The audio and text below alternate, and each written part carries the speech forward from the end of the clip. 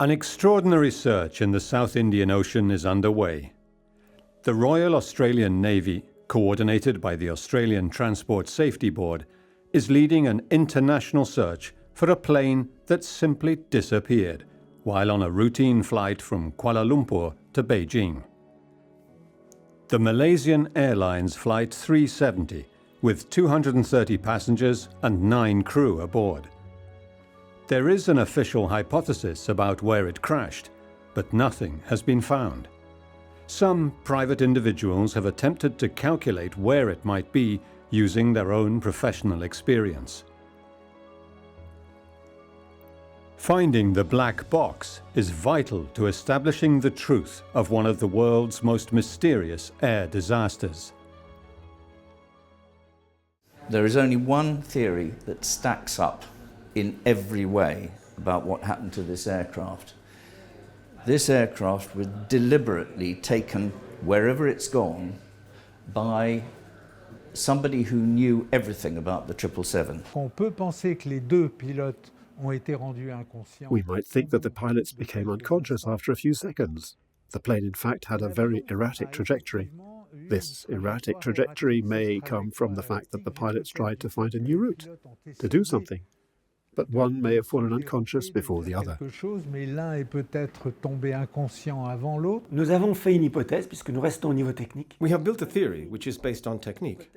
And this hypothesis is that the plane and the people at the controls wanted to land safe and sound somewhere, on a landing strip, able to have them. We don't go any further, we give no political interpretation, and based on the facts that the radar and Inmarsat data gave us.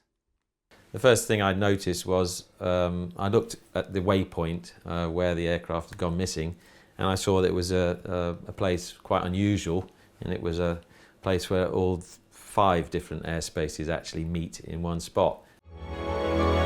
Everything that we know about MH370 has been pulled together by both public authorities and private individuals to get a fleeting glimpse of what might have gone wrong aboard the flight.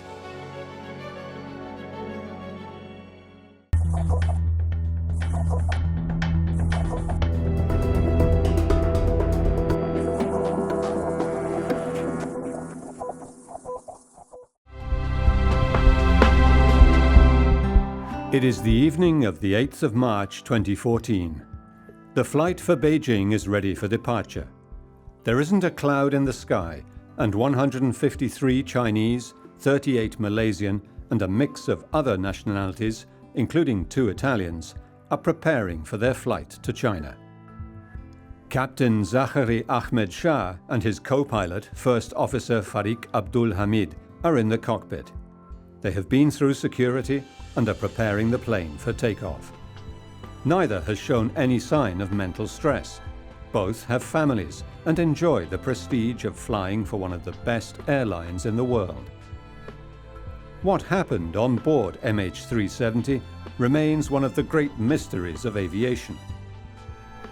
Bernard Chabert is an internationally renowned aviation journalist and has investigated aviation accidents for the last 50 years. Un avion en parfait état, a priori piloté par des gens sérieux, compétents, qui volent dans une compagnie aérienne qui a... It was an aircraft in a perfect state, piloted by serious people, competent people who fly for an airline that has a good reputation, especially in Southeast Asia. An airline that's an example, an old airline, a traditional one that knows what it's doing. The flight takes off around midnight. The weather's good. There's nothing special. It's not a long flight either, several hours. A flight to China that crosses airspaces that are not dangerous either weather-wise or geopolitically. A priori, pas dangereux sur le plan météo, sur le plan géopolitique, bon. In the initial report presented by the Malaysian government, the exact route followed by MH370 is accurately traced. But understanding the sequence of events, even partially, was not easy. The flight took off at 0042 Malaysian time, or 1642 Coordinated Universal Time, the time measure used by the investigation.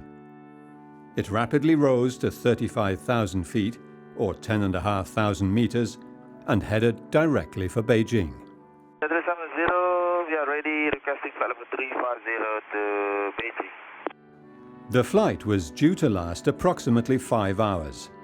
Just after 1:20 a.m., the aircraft left an area of Singapore's air traffic responsibility delegated to Malaysia, at a waypoint known as Igari. As he entered the Ho Chi Minh air traffic control area, Zahari Ahmed Shah said goodnight to Malaysian air traffic control. Malaysian 370, contact Ho Chi Minh 120.9. Good night. Good night, Malaysian 370.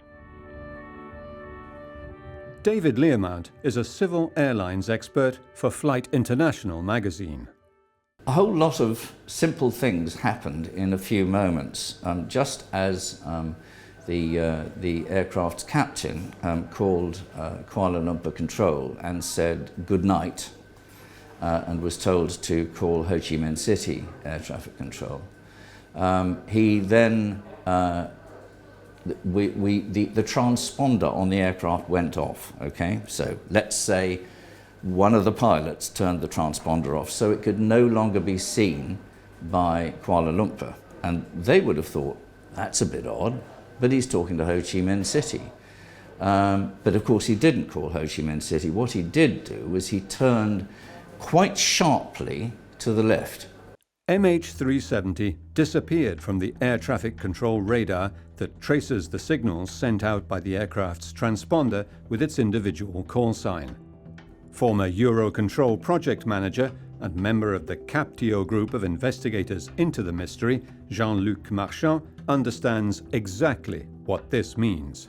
You have to understand what was going on in the mind of the air traffic controller. Kuala Lumpur had said goodbye to the aircraft, which means that in his mental procedure, he was no longer under my control. I asked you to manually make radio contact with Ho Chi Minh. It is an old-fashioned manual process. It is the aircraft that takes the initiative, not the air traffic controller, which explains the reaction time. So the Malaysian controller thinks, that's it, I'm done. This aircraft is no longer with me. So he concentrates, and that night he concentrated on 4 aircrafts that were flying in the southwest quadrant that maybe weren't going to meet, but required his attention. And for him, the Malaysian 370 was out of his control area. The civilian air traffic control services lost sight of the aircraft because they rely on what's known as secondary surveillance radar. Basically, their radar sends out an interrogation signal, and a transponder on the airplane answers it and says, I'm here and this is me, identification. If you switch off the transponder on the airplane, nothing comes back, so air traffic control loses sight of it. Other automatic and voluntary communications systems exist also. The aircraft captain will change VHF radio frequencies as he or she enters a new air traffic control airspace to be able to communicate with the new controllers on the ground. The aircraft also signals its status directly to the airline. The system is called Aircraft Communication Addressing and Reporting System, or ACARS. L'ACARS, c'est un système d'autodiagnostic de l'avion, je résume un peu. ACARS is an auto-diagnostic system of the aircraft, a system by which the aircraft self-diagnoses and is able, at predetermined intervals, to automatically send a status report saying, I'm here, I'm going there, I'm flying at this speed, engine temperatures are this, and a mass of data as requested, as required by the airline and the owner of the aircraft, who decide how they want to follow the aircraft and how often, and so forth. So the aircraft sends data that shows the state of the plane constantly. C'est presque à la demande, on fait à peu près ce qu'on veut. On envoie des données qui font que l'avion s'autodiagnostique en permanence. A third navigation system contacts the navigation satellite Inmarsat and, depending on the package the airline has bought from the satellite company, can identify the exact position of the plane. Le système qui passe par le réseau satellite Inmarsat est un système de relais de communication. Une station. The Inmarsat satellite system is a system of communications relays that are emitted by stations in the air, on the ground, on the sea. They are signals that can be received within a certain range of the transmitter. But if this transmitter contacts the satellite, and the satellite can send the same signal to another satellite, the signal can be received anywhere you want on Earth. Un autre satellite, et ainsi le signal peut être pratiquement distribué où on a envie de le distribuer sur Terre. At 1:20 hours local time on the 8th of March 2014, all these communications ceased to function.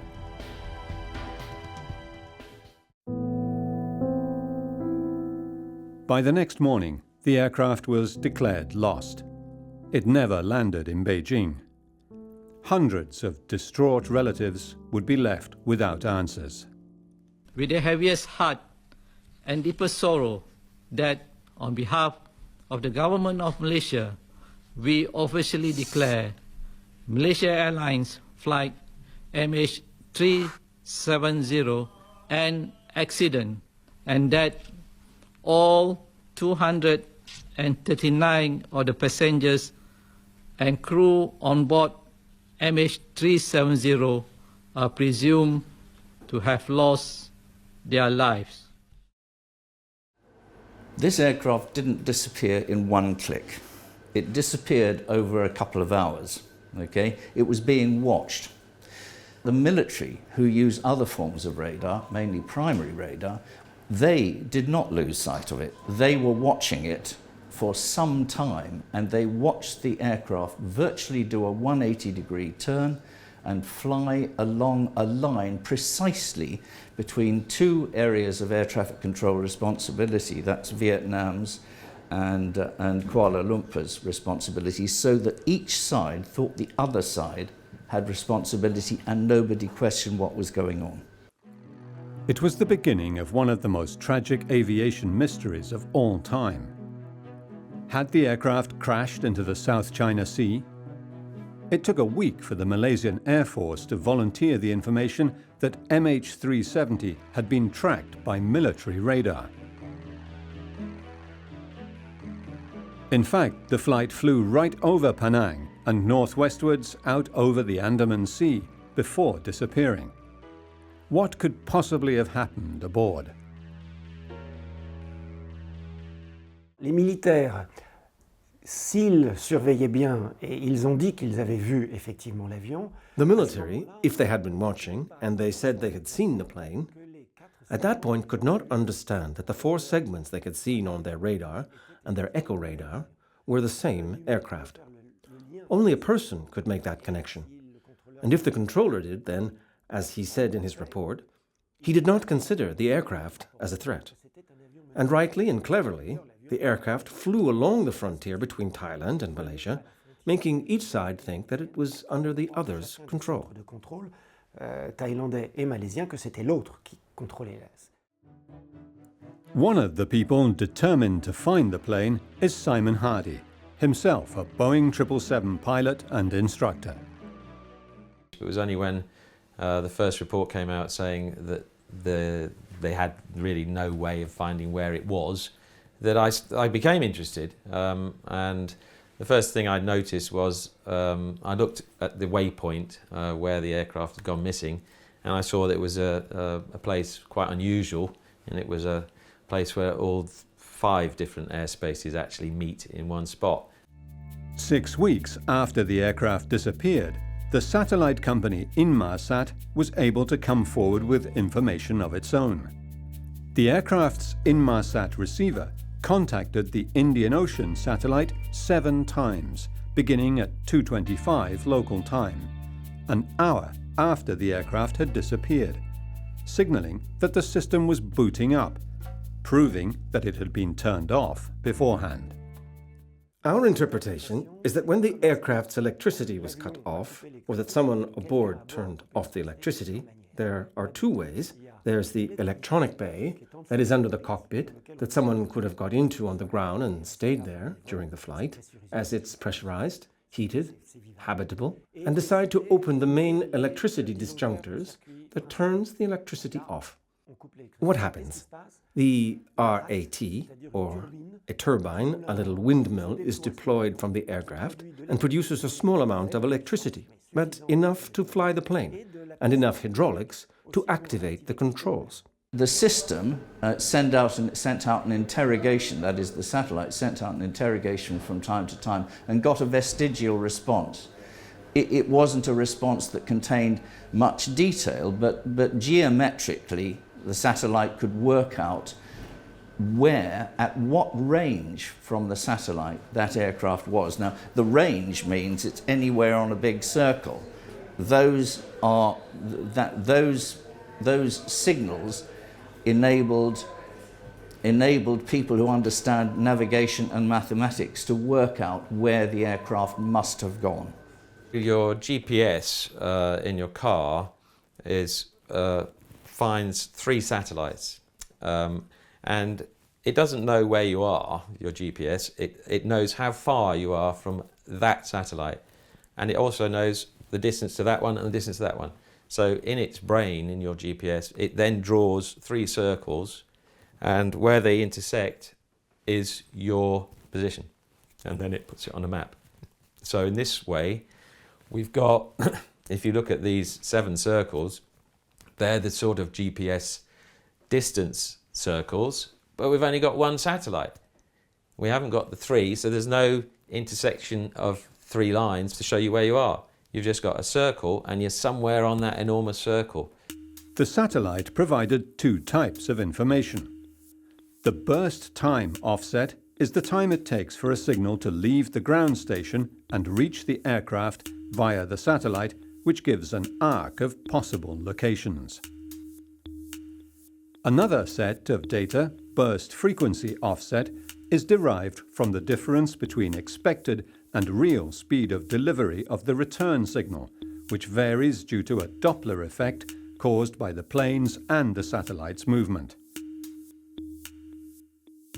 For each Inmarsat signal, we have 2 values, the BTO and the BFO. The first gives us a position on a sphere that isn't necessarily the terrestrial globe, as it is also in altitude. The second gives us an indication of the movement of the plane at that moment in time. Is it climbing or descending? How come? Because the aircraft has a system of frequency compensation that compensates the Doppler effect, that is imperfect, and this error tells us whether the aircraft was climbing or descending, and whether it was approaching or distancing itself from the satellite. The 7 concentric rings produced by the Inmarsat satellite tell us MH370 was somewhere on the circumference, but do not tell us the direction it was flying in. However, the BPO values did help identify the route and the altitude. La sortie des radars malaisiens montre une précision. The Malaysian radar signal shows an extremely calm, precise execution of the flight, and the turn-off course shows that the pilots were professional and executed it manually, and clearly were not panicking. They turned the electricity back on when they needed to, but they had plenty of time, because the maneuvers were every half an hour. Their aircraft can't descend by itself. Someone has to enter a new altitude. An aircraft will always remain at the same altitude unless there is a human intervention.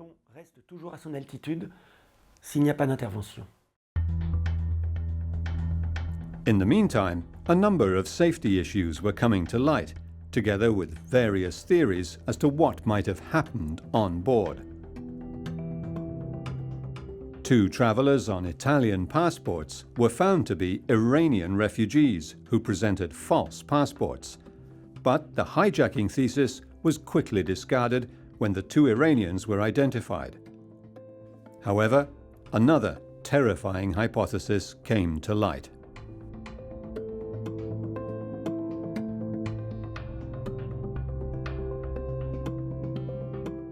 On croit savoir qu'il y avait une caisse contenant autour de 200 kg, peut-être un peu plus, 240 kg, de batteries au lithium-ion qui a été We think that there was a case containing 200 kilos, maybe 240 kilos of lithium-ion batteries loaded aboard this aircraft.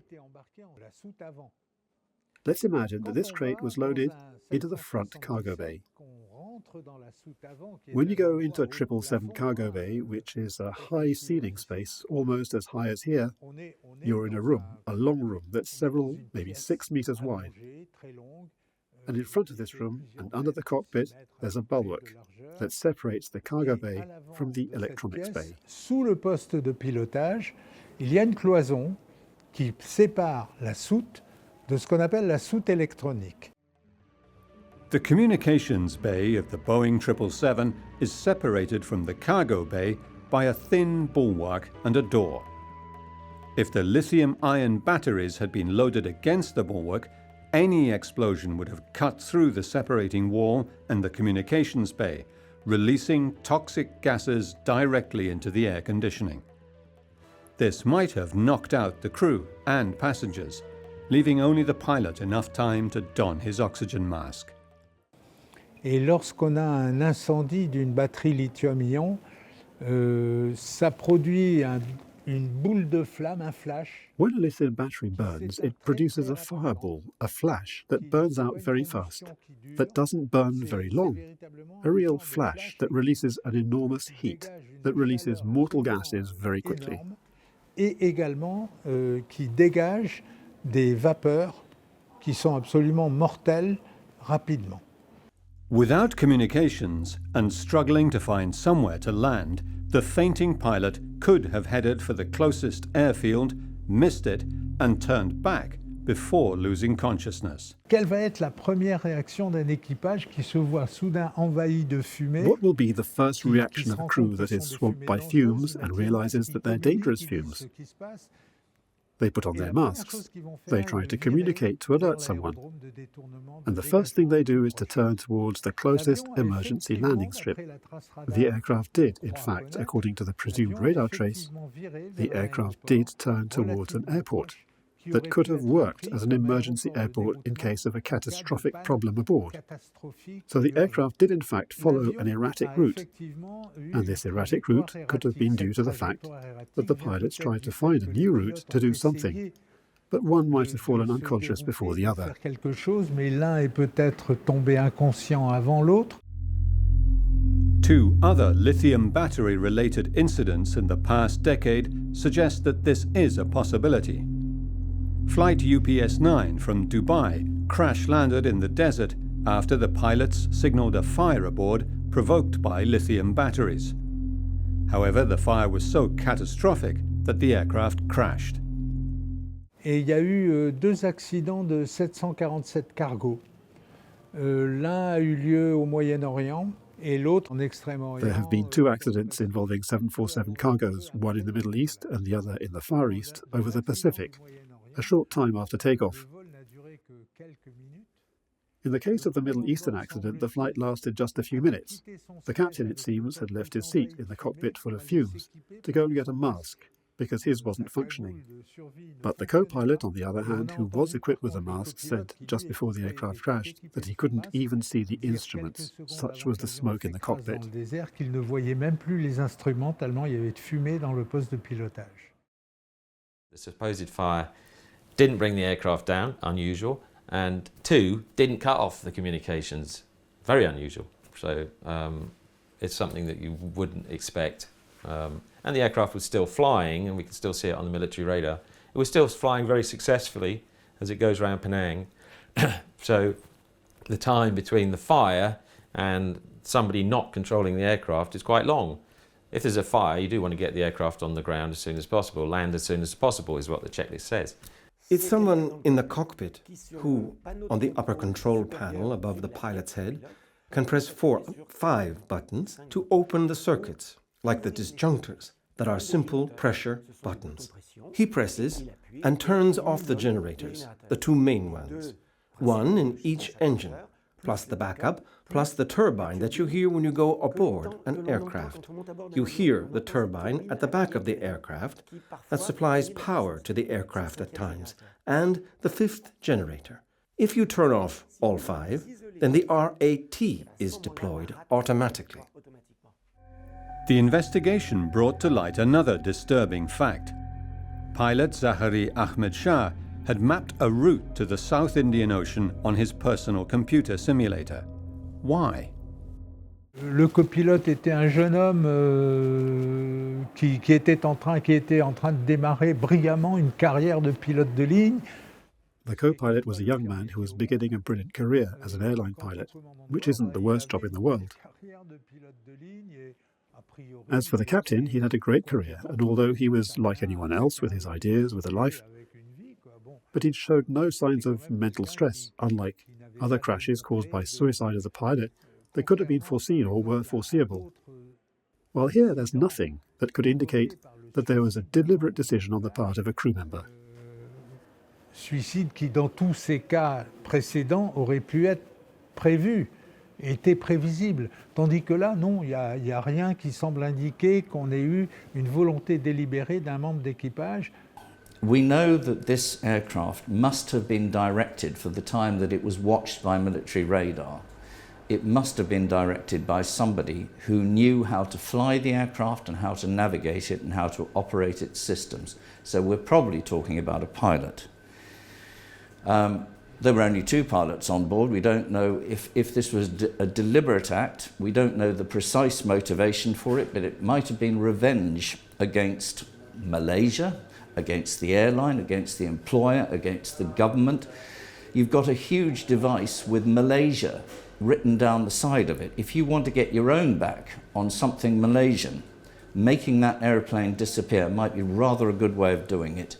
However, speculation on the reasons for the loss of MH370 will only be fully dispelled once the black box, or flight data recorder, has been found. As the world puzzled over what had happened to MH370 with 230 people aboard, a number of new details came to light. The first officer's telephone was on, and a signal had been picked up at 2:31 hours as the aircraft flew around Penang Island. No other telephones were picked up, and yet there were hundreds of phones on the aircraft. What had happened to the passengers and crew? The aircraft followed a route that only a very able pilot could have managed, according to Jean-Luc Marchand. 2 other aircraft were flying along the flight path MH370 was on, so the pilot took evasive action. Et donc, il s'est débrouillé pour retrouver... He managed to find this route after leaving Penang. It was an air lane that runs from Singapore, Kuala Lumpur, towards the Middle East and Europe, and which was quite active, which planes were flying along. And that night, as he left the radar coverage, he was followed by an Emirates flight about 20 nautical miles behind his left shoulder. And in front of him, he had a flight that had left half an hour earlier from Madras, from Chennai, which was on Indigo, and which was flying about the same altitude. So he had 2 planes flying more or less at his altitude, and he wanted to take a left turn. And to avoid them, he carried out a contingency procedure, which involves shifting right by 15 nautical miles and then descending to pass under the air lane. The aircraft went to great lengths not to alert air forces by flying along non-threatening routes and as far away as possible from known radar ranges. But if the plane flew south, where did it end up? Nous avons fait l'hypothèse. We hypothesized that the pilot, or whoever was at the controls, respected the structure of airspace and the lanes. And keeping that in mind, we deduced the potential and possible actions of the aircraft at each key moment. And thanks to the measurements, we identified the direction and the altitude of flight from the Inmarsat data. So we interpreted the data to find the trajectory, and this gave us a trajectory that was descending between 1825 and 1840, before turning south to fly under the air lanes, remaining at altitude 270, to go around the secondary radar of Sebang, and then he flew south, so changed heading, and then he flew under 2 air lanes that are lower. Calmement est descendu pour passer sur 2 routes qui sont plus basses. On the other hand, Simon Hardy does not believe the plane flew low. but rather tried to get as far away as possible. So he concentrated on the last 3 arcs on which the aircraft was located, while still communicating with Inmarsat. There's 7 pings, 7 circles, 7 range circles, which have to be solved. The first one, and the last one, is the aircraft being repowered, or the satellite unit, the satellite data unit on the aircraft being repowered, and it's saying to the satellite, I'm starting up after having been off. The other ones is a periodic inquiry from the satellite to the aircraft saying, are you still turned on? So that's why these arcs are an hour apart from one, which is the ones I use later, is an hour and a half apart, because there's a telephone call that comes in at the moment when it would have been sending the inquiry, the hourly inquiry. The information Simon Hardy was looking for was direction and speed values that were compatible with the plane taking an hour to fly between the 5th and 6th arc and 90 minutes between the 6th and 7th. Most of my lines, when I drew them on this big map here, were pretty much parallel. I didn't know which one was correct, but I was finding something out. I was finding out that the track of the aircraft during those 2.5 hours was somewhere between 188 degrees and 192 degrees. Now Simon had to find the speed. The aircraft has to fly down from up near the tip of Sumatra. It has to get to these various points on the last section, has to get there. And so what I did then was say, okay, the distance from there to there, or the time from there to there, is 3 hours and 5 minutes. It has to get there, so what's the speed of it from there to there? One of these lines will be no speed change between the 3 hours and 5 minutes and the next bit, which is drawn down here. So then that was the next process, was, okay, what is the constant speed line of all these lines, and they're crossing over and nicely in the opposite direction. So which is the constant speed line? So I did my calculations, I found the constant speed line, which was 488 knots. The constant speed line that connected the distance between the 5th and 6th arc and the 6th and 7th indicated a speed that Simon had seen often. Unlike a car, and in cruise, an aircraft goes pretty much at the same speed day in, day out. And so for the last 15 years, I've been seeing 488 knots in front of me as I'm in cruise on my 777. So the fact that it was telling me the constant speed line is 488 knots, that's astounding. That tells me not only that I'm making progress, but maybe the aircraft that made this line was a 777 rather than a 737. If the aircraft was flying at 488 knots along those lines, what course would it have taken to reach the place it disappeared from radar coverage in 3 hours and 5 minutes from its last sighting? So at that point, I then transferred from this map, where you can't see, this is a long way away from the tip of Sumatra. So I then transferred my affections onto Google Maps, drew the little line down here, which is the 488 between 4, 5 and 6, and joined it up, the 3 hours, 5 minutes, to see what the difference in the angle was. Well, it wasn't. There wasn't a difference in the angle.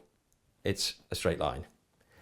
That was the second part where I'd say, oh goodness, I'm onto something here. Plus votre vol en moyenne va être lent, plus l'avion... The slower the plane flies, the more its route will curve to the east, so it will end up further north than the areas searched, that were searched assuming a straight line.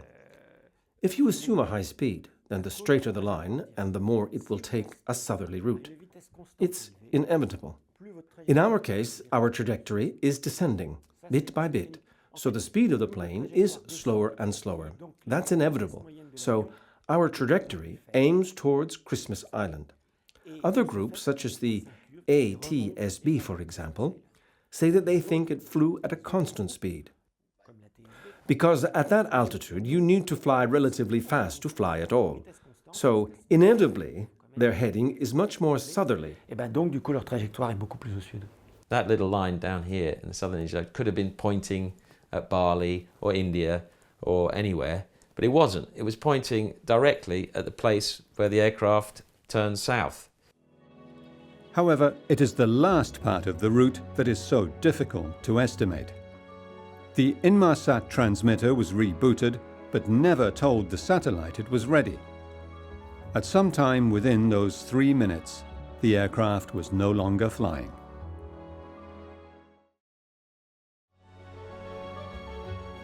The Royal Australian Navy and the Malaysian government joined forces to search for the aircraft and launched the most expensive search and rescue operation of all time. The resources placed at the disposal of the operation were impressive, but the size of the area was also awe-inspiring. More than 1 million square kilometers of empty ocean. The search continued for 4 years, and then the private oil prospecting company Ocean Infinity offered a success fee deal to find the plane. These 2 campaigns also drew a blank. Once Simon Hardy was able to establish the route and the distance, it was a logical step to estimate the location of the aircraft. Where that 188 degrees crosses the last beep is the place to say, okay, the aircraft passed over the 7th arc here. That is not where they've searched there, but I've always said, that's not a place to search. Where the 7th arc is where the aircraft is saying, it's another indication that the satellite unit is working. It's actually a startup again, but it's saying Windows starting, so it's working. So the 7th arc, all these complicated things inside the aircraft are working. It hasn't been smashed into 1,000 pieces.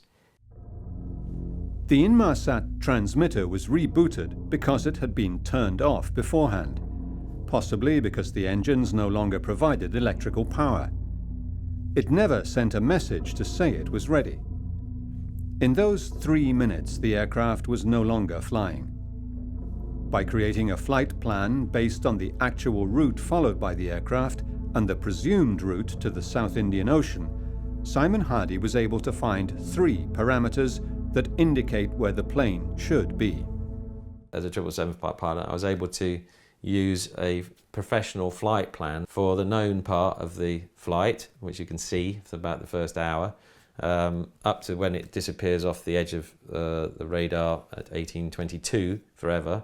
So that's all absolutely correct. And then after that, I have to add in a little bit up to the turn south, and then the turn south on 188 straight.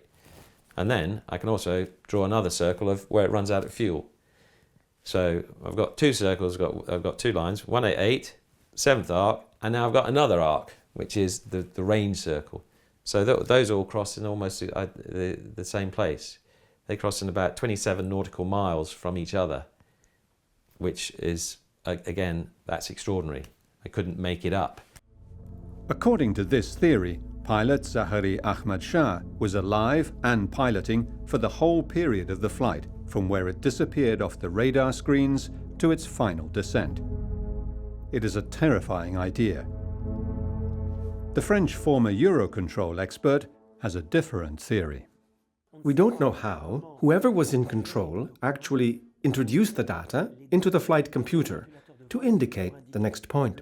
Did they introduce a flight plan, or did they do it point by point? So if it was a flight plan and they had indicated Christmas Island, we have to take into account that the predictions of the flight computer are not perfectly precise, and it gets more accurate as it draws closer to the destination.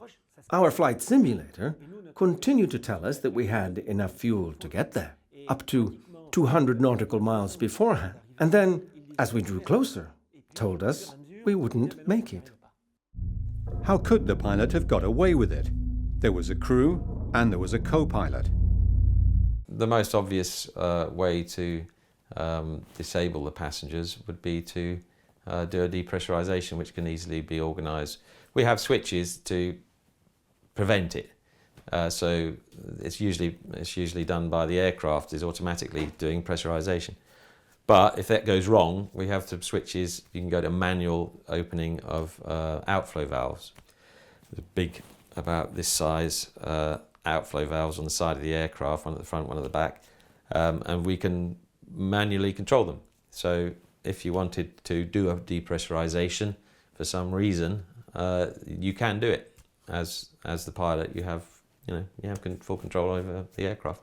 So that would be the easiest way to disable the passengers and the crew. One of the reasons Simon Hardy is so convinced that the aircraft was deliberately taken off course is a strange maneuver it carried out over the island of Penang. The aircraft does a strange turn around Penang.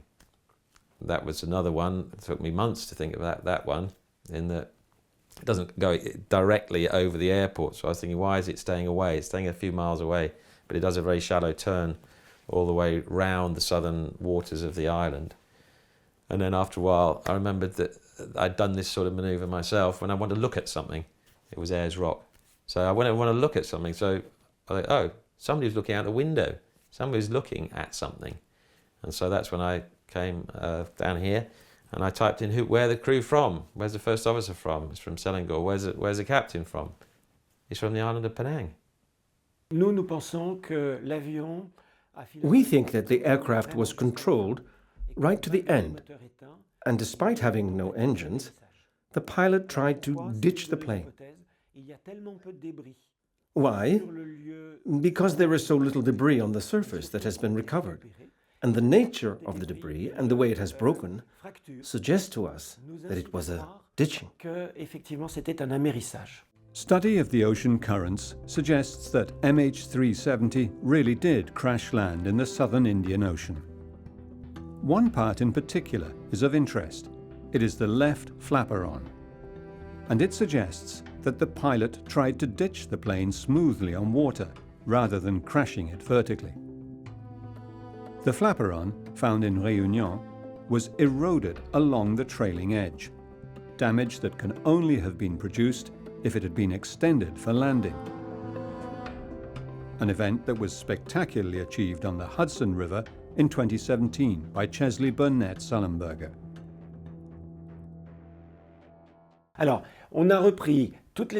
We took a look at all the depressions that crossed the potential path of the debris, and there were about 15, of which one was very important, and that is Gillian.